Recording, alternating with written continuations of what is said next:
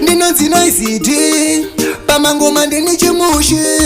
wakatundu bedebe wenye peso za famous. The problem again and again. Iwe boska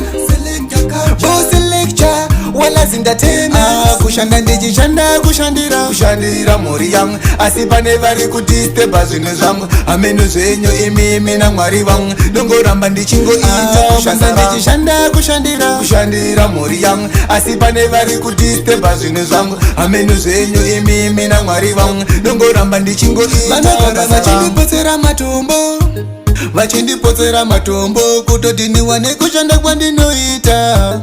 ndikushanda kwandoita shuviro yavo kuva ndive murombo vakanditeya kuti ndichoke makumbo vanoda kuti ndirarame nezvikwereti chero hembe dzangu ndichisona nezvipeneti kushanda ndichishanda kushandira mhuri yangu asi pane vari kudisturba zvinhu zvangu ameno zvenyu imimi naMwari vangu ndongoramba ndichingoita kushanda ndichishanda kushandira mhuri yangu asi pane vari kudisturba zvinhu zvangu ameno zvenyu imimi naMwari vangu ndongoramba ndichingoita basa rangu. Ndatenga mota mumoyo mavo aiwa zuva sota zuva dzimba segorokota manje vari kufunga ndiri kutomborota ndoramba ndichifaita naMwari wangu aiwa muchaneta nekuti amuzive Mwari zvavanoita muchandiramba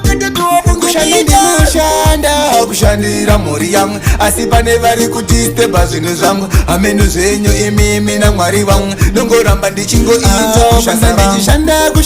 kushandira mhuri yangu asi pane vari kudisturba zvinhu zvangu ameno zvenyu imimi naMwari vangu ndongoramba ndichingoita vachindipotsera matombo kutoti ndiwane kushanda kwandinoita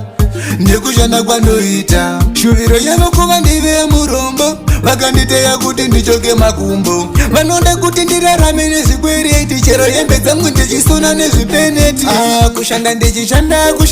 kushandira mhuri yangu asi pane vari kudisturba zvinhu zvangu ameno zvenyu imimi naMwari vangu ndongoramba ndichingoita kushanda ndichishanda kushandira mhuri yangu asi pane vari kudisturba zvinhu zvangu ameno zvenyu imimi naMwari vangu ndongoramba ndichingoita basa rangu.